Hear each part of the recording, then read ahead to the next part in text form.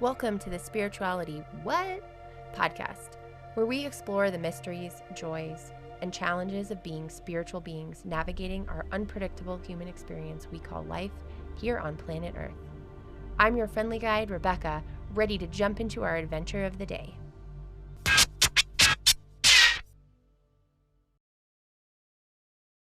Happy Wednesday, and welcome back to the Spirituality and Feminism conversation with my good friend, Kanda.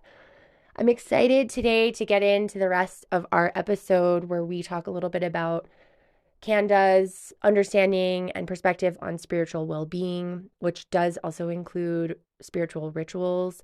New moon ceremonies and full moon ceremonies are really important to her, and her recent experience with Kali. So what does spiritual well-being mean to you? I will let you know when I finally accomplish it. But for real, I would think that spiritual well-being, taking care of yourself, I guess, in every way, like, eating the right foods, thinking the right, trying to keep your mind straight, thinking the right thoughts type thing, not slipping into despair, as some of us are prone to do. Yeah. It's hard for me to say because everybody's going to have their own different ideas. I agree with you, though. I think it's multifaceted, though. We are spiritual consciousnesses existing in these human forms, and so spiritual well-being is probably a combination of taking care of both your spirit, however that manifests itself and however you define that for yourself, but also this human body that your spirit's occupying. Because without it, your spirit's not going to be on this planet anymore. Yeah, exactly. God, that would be awesome. Oh, oh my God, this place sucks. Let the games begin. So I do have another quick question about the atheism and the lack of spirituality in the groups that you're in. Are the groups that you're in, are they more local or are they kind of national? Is that sort of like a across the nation experience that you're getting? It's not just local. Okay. It's actually across the globe. Okay.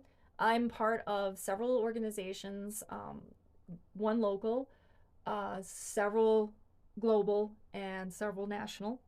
And you still see that 90% kind of average, very high percentage. Very high percentage. Really high percentage. Like, I am even afraid to bring up astrology because they will throw things at me. And do we think that's related to sort of the same thing you were talking about in the beginning? Absolutely, of the 1900s? 100%. It's just like anti-patriarchy. So we're not going to do religion. No, okay. Absolutely, 100%. And I mean, there are some who are into Wicca and stuff like that, which is perfectly valid. There's nothing wrong with that. Totally. But they're also probably a minority. I would say they make up like 8%, and then you've got a very small handful of Christians and a very small handful of spiritual people. For the most part, it's across the board atheist. I just never thought of that. When you and I first talked about doing this podcast, we did a little bit of prep, of course, because we're professional human beings, but that's not something I ever even considered. Yeah. I think as somebody who's living a relatively spiritual, I don't know if awake is the right word, but I find that I am in tune and trying to be more in tune every day with my spirit and my intuition and my needs, but I just never imagined that a whole, hundreds of thousands of women across the world, the women that would be uniting to break down patriarchy, would be atheists. I guess it just never even occurred to me. And I love it. These are rebellious, defiant women. And I am so proud to be associated with them. These women, they are just, they don't have any fucks left to give. They went to the fuck store. They're all out of fucks. So they came home with no fucks. And I love it. I love it because this is exactly the energy we need. This is the Kali energy right here. Oh, yeah. Let's talk about that. So basically, all right, I want to actually start off by saying, like, okay, I do rituals, like moon rituals. Yes. I do a full moon and a new moon ritual every month. So at the new moon, you set intentions. At the full moon, you reflect and you think about, how you can actually put it. manifestation. You put action into your intentions. It's just like anything. Like with manifestation, you think, then you do. Same thing with the moon. You think, then you do. I love it. Anyway, so at my new moon ceremony in November, moon in Scorpio, which was, you might have felt that. It was an intense moon. I'm a Scorpio, by the way. So for the rest of those Scorpios out there that are listening, power to you. Yeah, well, I'm a Scorpio rising, so I was definitely feeling that. And the great thing was the full moon after that was moon in Gemini. So I was like, hi. Yep. Anyway, so at the moon in Scorpio ceremony that I had, I do it by myself. I don't do it with other people. Other people suck. Get away. You get your Anyway, I had the most, like, it was very red. It was very dark. It was very sensual. It was an amazing experience. And I saw Kali. And I felt Kali. Cool. And I almost felt like are you talking to me, girl? Like, oh my God, are you picking me? Like, oh my God. So I'm a bit of a fangirl of her now. So and I was actually recently doing some research. Okay. And I was reading about this one, I can't remember her name now. This one scholar was talking about how Kali is the feminist goddess we need right now, the feminist icon we need right now. Oh, I got goosebumps. Yay! For those listening, I literally got goosebumps on my cheek when Kanda said that. She is the feminist icon we need right now. Oh, that's cool. Because, I mean, I'm going to butcher this. I am not trying to appropriate Hinduism in any way, shape, or form. I know almost nothing about it. But I did read up on it, and it was like, Kali came forth from Durga when Durga was like, bitch, I am pissed off. So Kali was like, yo. I'll take care of that. I got you, girl. So she went around and she was slaughtering the demons left, right, and center. This is the manifestation of divine feminine rage, which is where we're at right now. Because nobody's listening. Things keep getting worse. Women keep losing their rights. Yeah, I know people are going to say, ooh, well, women in the West got all of their rights. Okay, first of all, we fucking don't. And second of all, what about the women in China? What about the women in India? What about the women in the Middle East? What about the women, yada, yada, yada? There's like so many other places besides America and the West. Yeah, that's very true. Feminism is not done until the last woman doesn't have to put up with bullshit anymore. Anywhere in the world, in any at all country, in any island, in any location in the world. Yeah, that's when feminism will be done. But until then, too fucking bad, we're here to stay. Yeah. That is such an interesting... Wow, that is like the ultimate tie-in. I'm like giving myself goosebumps just processing what you just said. That's the ultimate tie-in of feminism and spirituality. Yeah. Having this divine connection during a ceremony. My goosebumps are like legit right now. Having this divine connection during a ceremony with like your ultimate alter ego. Basically. I'm such a fangirl of Kali now. I'm like, hi, girl. That is so special. But it was amazing because she was gorgeous too. Oh, so was I. We were just looking at each other. It was amazing. Hot bitches. Hot bitches be doing it. Hot bitches be fucking getting shit done. Hell yeah. Because look at the mess the world is in right now. Like, are we going to continue going down the same path? I freaking hope not. Or are we going to fucking change things? That's what 5D is about. We are going to be fucking changing things. So that means women are not only going to have a seat at the table, we are going to have an equal seat at the table. Exactly.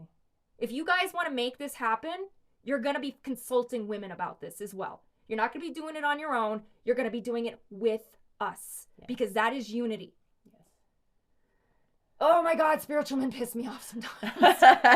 We're getting heated up in here. It's getting warm. It's getting warm in here. But this is great. No, this is so just such a different take or different perspective. Yeah, because you're probably used to hearing men talk. I mean, that's not inaccurate. That's definitely not inaccurate. Here's an interesting fact. When women are talking for over 30% of the time, men think that they're dominating the conversation.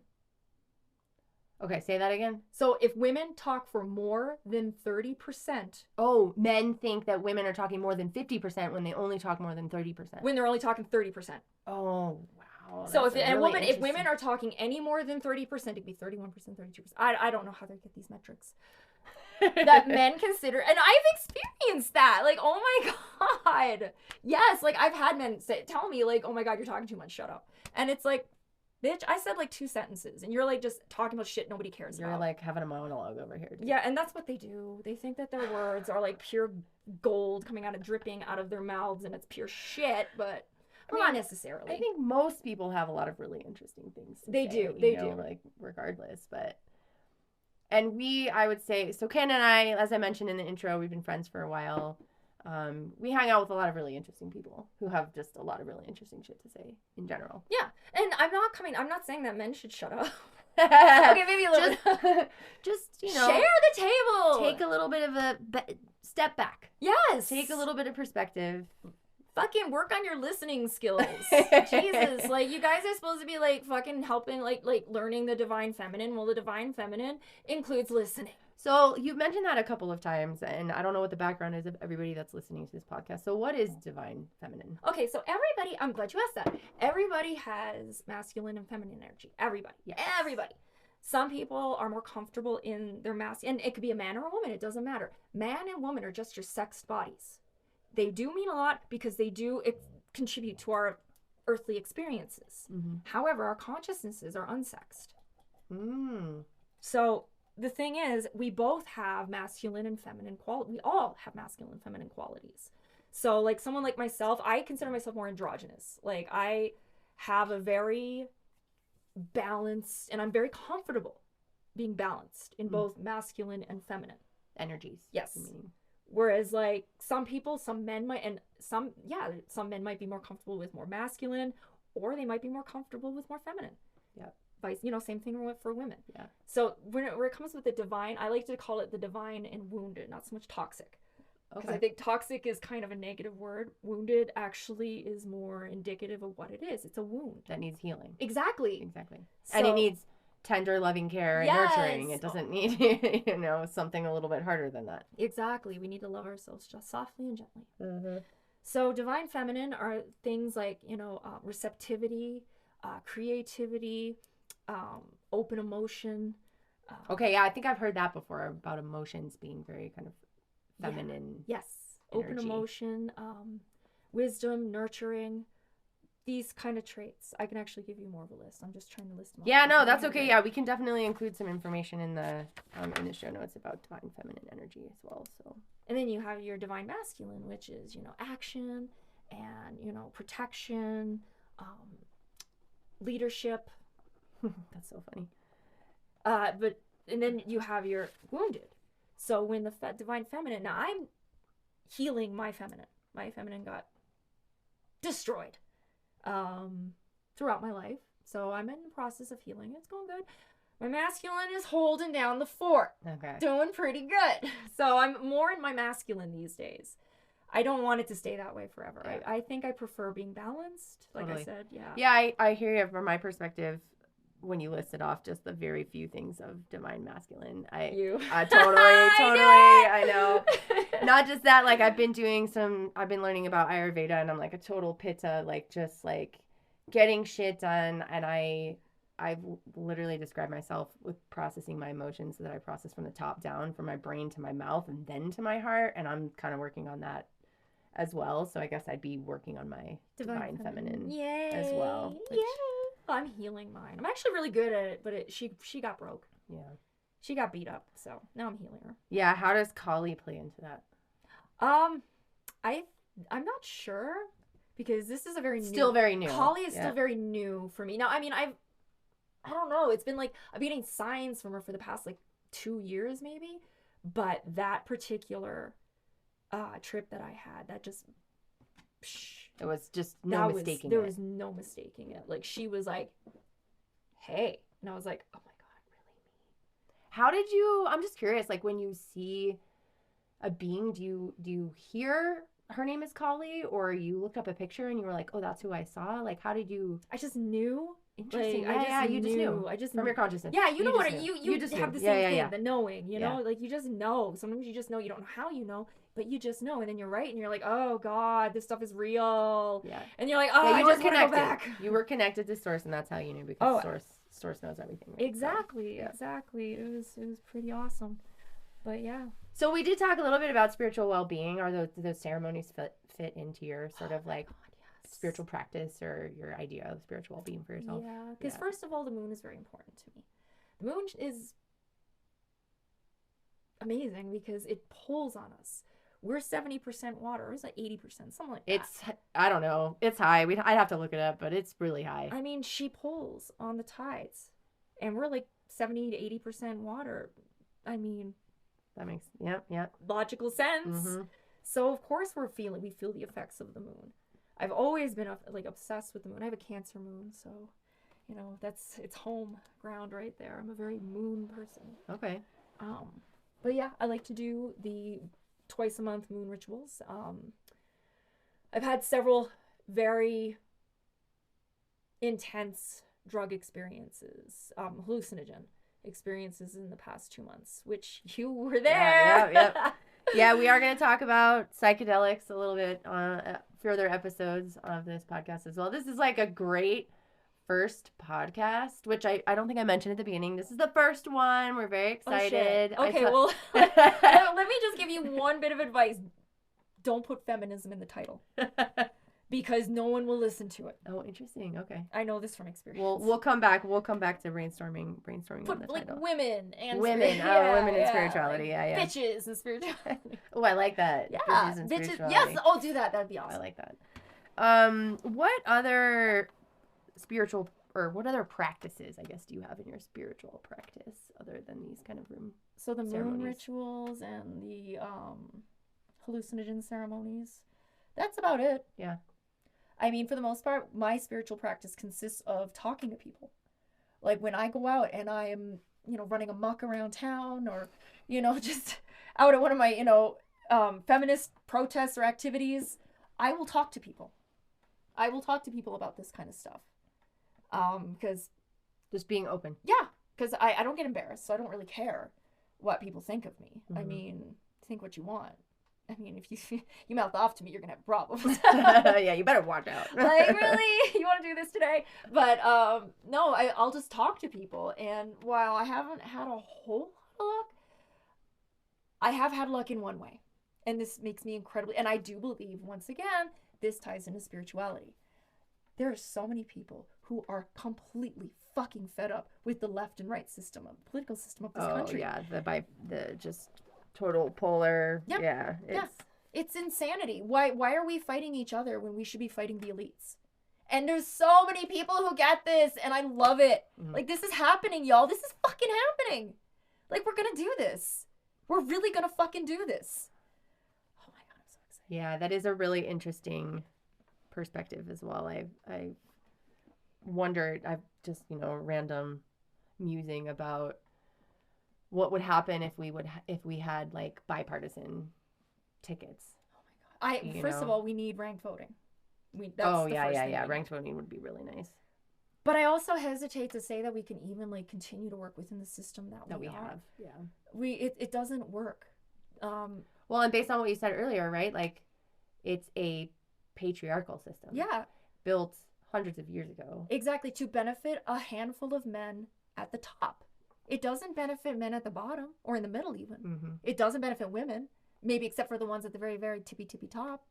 But the rest of us, we're not benefiting from this shit. We're not benefiting from unfettered capitalism, which is absolutely a patriarchal system. The wounded masculine in this world has completely destroyed. It's destroying the world as it's just happening. Mm. So we need, this is another thing, it's great. We need the divine feminine to come in and collie this place up. I love that. Nobody's fucking listening. Like this, we have no other choice at this point. Like, women are gonna have to get pissed. I mean, you see it all the time with women saying we don't want to have relationships. Young women are not having relationships with men. They're not doing it. They are saying no. If you look at the 4B movement in South Korea, it is the feminist movement. They will not date men. They will not have children. They will not get married. They won't even have male friends. Interesting. These women put the rest of, they are hardcore. They are doing it on nightmare mode. Like, the rest of us are playing here on normal mode, and these bitches are here doing it on nightmare mode. Like, holy shit. Wow. Good for you. Yeah. Like, they are just done. Because the misogyny in South Korea, first of all, is off the fucking charts. Like, they take upskirt photos and, like, it's really gross. It's really gross. Like, the sexual harassment over in, it's bad here. It's bad enough here, but over in South Korea, it's like, damn. So they're done. They're done, and I love to see it. Is that, you're on this podcast because I don't know anything really about feminism. So when you say the 4B movement in South Korea, is that like one side of a paradigm or a spectrum of hardcore feminism over there, and you see kind of different levels of feminism? No. Not in South Korea. That, okay. Like, it is pretty much it. Like, I have never seen such unity. If we could have the unity that the South Korean women have, we wouldn't be in the situation we're in when it comes to abortion rights, for instance. Gotcha. Like, it's like breathtaking to watch. That is. It's sisterhood. It's true fucking sisterhood. Absolutely. And I mean, of course they have male allies too. Like, I hope so. Yeah. Oh, I mean, here's the thing that I will say about men and feminism. A man cannot be a feminist. I do not believe that at all. Here's why. Because as soon as you allow a man, even the most well-meaning, well-intentioned, wonderful man, into a movement that is for women, he will, at some point, take over. I've seen it happen over and over and over again. Oh, interesting. So you can't, men can be allies. Partly maybe because related to that divine masculine leadership. Exactly. Because skill more men. Or energy. Because it's not that women... It's not, and you are a wonderful example of divine masculine in a woman. I love that we talked about this. So it's not that women can't, embody the divine masculine. We do. It's part of us. It's just that society does not always reward us for being. Oh, that. Definitely. I'm sure you know that. Oh, absolutely. Yes, I am definitely, intimidating. That's been a word that I've gotten in a performance review at work before. I'm like, really? I'm like the nicest person. If you get to know me, I don't like to sugarcoat things. That can be intimidating. Well, because you have a Sagittarius Mercury.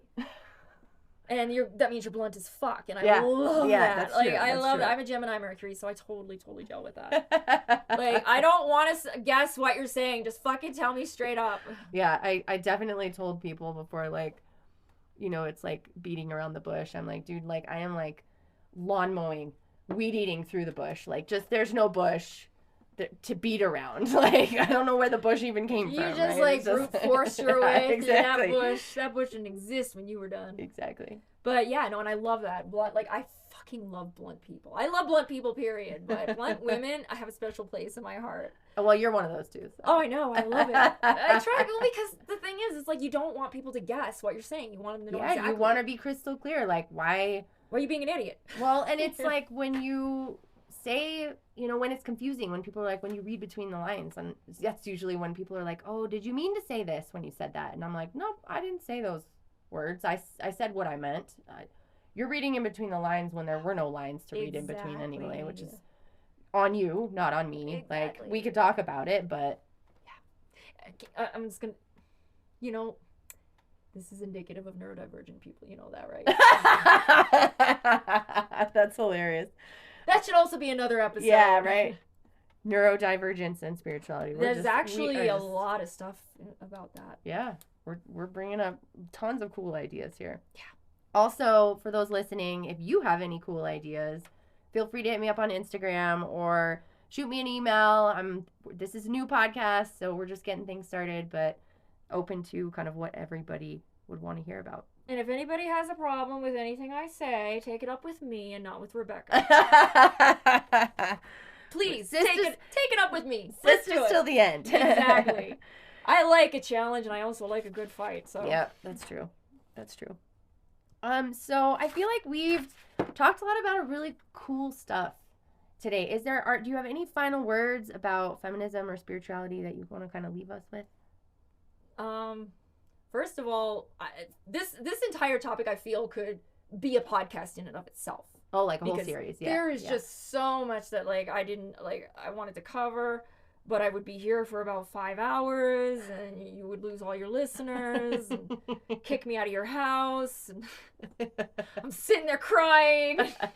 We can always do another one. Yes, absolutely. So all I have to say is just, like, I really do believe that if we can get spirituality on board with civil rights, whether it be feminism, racism, all the isms, homophobia, all the isms, we'll be that much closer to 5D, that much fucking closer. Cool. And we need all hands on board, because this is a fucking job. Like, we're gonna get help from different places, but we still have to do the work ourselves. Absolutely. Of course we're gonna have help, but there's no Deus Ex Machina that's gonna save our asses. Yep. We have to do this. This is a test. It wouldn't be school. It wouldn't be a learning experience if we have some people coming in and saying, "Oh, girl, I'll solve that for you." Like, no. Right. That's right. That's part of this human experience. But we will have help. Yeah, learning and growing. And we will have help. We just gotta keep working. We're almost there. Let's keep doing it. Come on, guys. Let's go. Awesome. So call to action there for all of you interested. One last final question before we close up. I did want to say thank you, Kanda. This has been totally enlightening, really fun conversation. What is one tip about living as a spiritual being in this human existence that you'd like to share with the listeners today? Just be your authentic self. Find out who you are. Be your authentic self. That's it. Wonderful. And I didn't drink my whole bottle of wine. Nope, she didn't drink the whole bottle of wine. She's got a little bit of wine left. I have a third of the bottle left. Woo!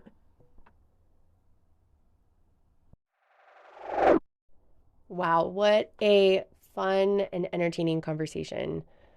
If that didn't change your perspective on feminism and its relationship to spirituality, we're definitely going to entertain having Kanda back so we can dive into a little bit more detail. See you next time. Thank you for joining me on today's Spirituality What? Adventure. Subscribe, rate, review, and share this podcast. Visit us on Instagram at spirituality.what to interact, tell us what spirituality means to you, and even provide some of your own personal musings. Human on, you phenomenal spiritual beings.